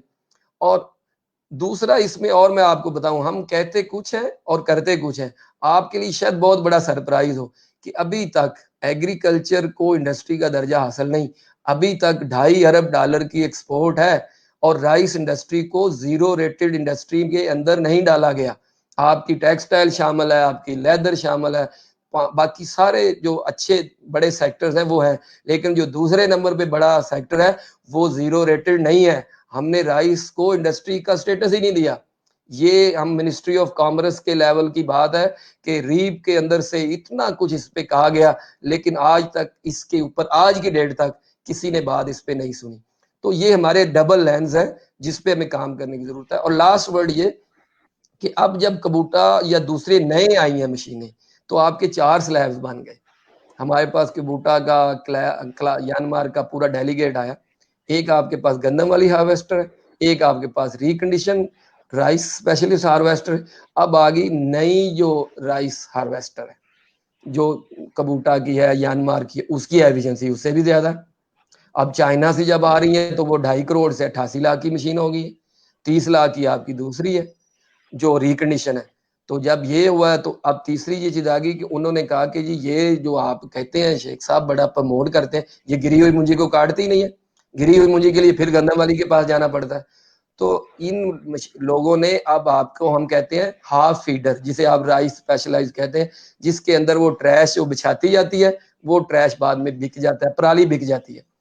लेकिन जो दूसरी होती है उसमें लूज स्ट्रा आता है। आप लोगों के, हम जो FIR और पर्चे दर्ज करवा रहे हैं, ये सोल्यूशन नहीं है। सोल्यूशन ये है कि ये जो राइस स्पेशलाइज हार्वेस्टर हैं ये 4 इंच पे काटती हैं, गंदम वाली 18 इंच पे काटती है, और लूज स्ट्रा फेंकती है। वो लूज स्ट्रा ना तो फार्मर उठा सकता है, ना वो फार्मर जो है बेच सकता है। तो वो एंड पे 2 रुपए की माचिस जो है वो सबसे जबरदस्त ऑप्शन उसके पास होता है। अब दूसरा, जब पर्चों की बात हुई तो 2007 उन्होंने जो थाने का भी रख लिया, वो भी गंदम की कॉस्ट ऑफ प्रोडक्शन में डाल दिया कि उसकी कॉस्ट ऑफ प्रोडक्शन 2000 बढ़ गई, कि जो थाने पैसे देने हैं वो भी इसी में डाल दें। कोई ऐसे बेचारे भी हैं रात को पेट्रोल छिड़क के, तो सुबह तहज्जुद से पहले उसको हल फेर के तो सुबह तक जी वो जमीन तैयार होगी। तो आपने हैप्पी सीडर दिया, आपने जीरो टिलेज ड्रिल दी, ये बहुत अच्छे हैं, लेकिन इसके लिए भी आपको जो पराली है वो बिछानी पड़ती है। सुपर सीडर अभी जो आ रहे हैं वो बहुत अच्छे हैं, लेकिन उनकी फ्यूल कंजप्शन बड़ी है।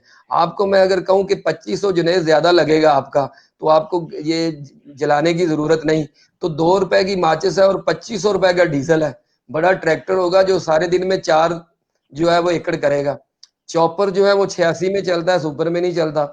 जो आपका इसी तरह आपका जो हैप्पी सीडर है उसके लिए आपको बिछाना पड़ेगा थोड़ा सा। मसला ये है कि जब तक फार्म फ्रेंडली, यूजर फ्रेंडली आप नहीं देंगे ना जुनैद, तो फार्मर प्रॉक्सी करते रहेंगे। पर्चे देने से कुछ नहीं होगा, आप उनको सोल्यूशन दें। अच्छा, उसके अंदर ये है कि जो मुंजी गिरी है उसके लिए अभी जो नई फुल फीडर मशीनें रील वाली हैं, वो राइस स्पेशलाइज हार्वेस्टर्स में भी आ गई हैं। वो आपकी गिरी हुई मुंजी को भी काटती हैं और उनकी एफिशिएंसी हाफ फीडर नहीं से बेहतर है, हाफ सीडर नहीं की रिकंडीशन से बेहतर है, और रिकंडीशन की तो कई दर्जे गंदम वाली से बेहतर है। ये सारी चीजें देखें आपकी कैसे काउंट होती हैं। अगर दाना बचा तो फार्मर की यील्ड बढ़ी, उसकी कॉस्ट ऑफ प्रोडक्शन कम हुई और उसकी पराली बिकी। उसकी तो मुंजी फ्री में कट गई, अगर 5000 में पराली बिक गई तो। आखिरी बात ये कि उसकी हेड राइस रिकवरी ज्यादा हुई। और ये लास्ट वर्ड जो है वो ये है कि आपके पास 74 लाख टन पैदावार है, 35% आप खा जाते हैं, हम कंज्यूम करते हैं, बाकी रहेगी आपके पास 4 मिलियन टन, वो आप एक्सपोर्ट करते हैं। तो यार ये 4 मिलियन टन हमने किस तरह बढ़ानी है? ये हमने यील्ड बढ़ा के करनी है। हम एरिया नहीं बढ़ा सकते, हम यील्ड बढ़ाएं ताकि ये 4 मिलियन से 6 मिलियन पे जाए। और हमने जो स्टीयरिंग कमेटी में पाकिस्तान बासमती हेरिटेज फाउंडेशन और rice exporter association of Pakistan और Punjab agriculture department, Sindh agriculture department मिलके हमने कहा है कि अगले 5 सालों में हम किस तरह 2.5 अरब से 5 अरब डॉलर पे जा सकते हैं। तो वे ये सारी वो बातें हैं कि जो मैंने आपको बताई। गैलेक्सी राइस में हम लोग बेटर प्राइस देते हैं अपने फार्मर को, उसको हम फौरी पेमेंट देते हैं। उसको पता होता है कि मेरा आखिरी दाना जो है वो ये खरीदेंगे। और ये ट्रेंड इस तरह चला है कि पीबीएचएफ का हर मेंबर इस वक्त फार्मर से खरीद रहा है। हम ये नहीं कहते कि आप आड़तियों पे बैन लगा दें, हम कहते हैं फार्मर से भी करें, आड़ती को भी ट्रेन करें, इनको एक पेज पे करें और पामरा इसको लीड करें और प्राइवेट सेक्टर इसमें पार्टनर बने। ना कि हम कालाशाह काकू पे तनकीद करते रहे। कालाशाह काकू ने बहुत अच्छी वैरायटीज अभी दी हैं, बासमती गोल्ड है, बासमती 2019 है और बड़ा अच्छा काम हो रहा है, आप इसको अप्रिशिएट करें। और आखिरी शेर मेरा जो आपके लिए है जुनैद, कि वो मेरा एक पैशन है कि मैं कहता हूं कि जब आप चावल खा रहे हो तो आप उन लोगों को जरूर याद करें, जब आप प्लेट में बिरयानी छोड़ते हैं तो जिसकी उनकी मेहनत हुई है, उन औरतों की, उन फार्मर्स की जिन्होंने इसको पैदा किया, फिर उसके साथ इस तरह प्रोसेस हुआ। तो कभी भी खुदारा खाना उतना डालें जितना आपको चाहिए और उसको यूज करें। एक एक दाने पे लोगों ने खून छिड़का हुआ है। और आखिरी मेरा जो पैगाम होगा आपके सारे व्यूअर्स के लिए वो ये है कि शिकवाए जुल्म ते शब से तो कहीं बेहतर था, अपने हिस्सा की कोई शम्मा जलाए जाते। सर मैं आपका बेहद मशहूर हूँ कि आपने अपनी मसरूफियात से जो है वो टाइम निकाला और हमारे सामने इतना ज़बरदस्त जो है वो डाटा शेयर किया, इंफॉर्मेशन शेयर की। तो इसके लिए मैं आपका बेहद शुक्रगुजार हूँ। आपका, आपकी आमद का, आपके वक्त का बहुत शुक्रिया। Thank you so much. अल्लाह हाफिज़। बहुत शुक्रिया। आपका भी कोई सवाल हो तो आप मुझे मैसेज कर सकते हैं और आपका भी बहुत शुक्रिया, आपने मुझे ये फोरम दिया। अल्लाह थैंक यू हाफिज। सर। इंशाल्लाह सर हम नेक्स्ट सेशन भी जो है वो इसके ऊपर मैनेज करेंगे। Thank you so much. शुक्रिया जी।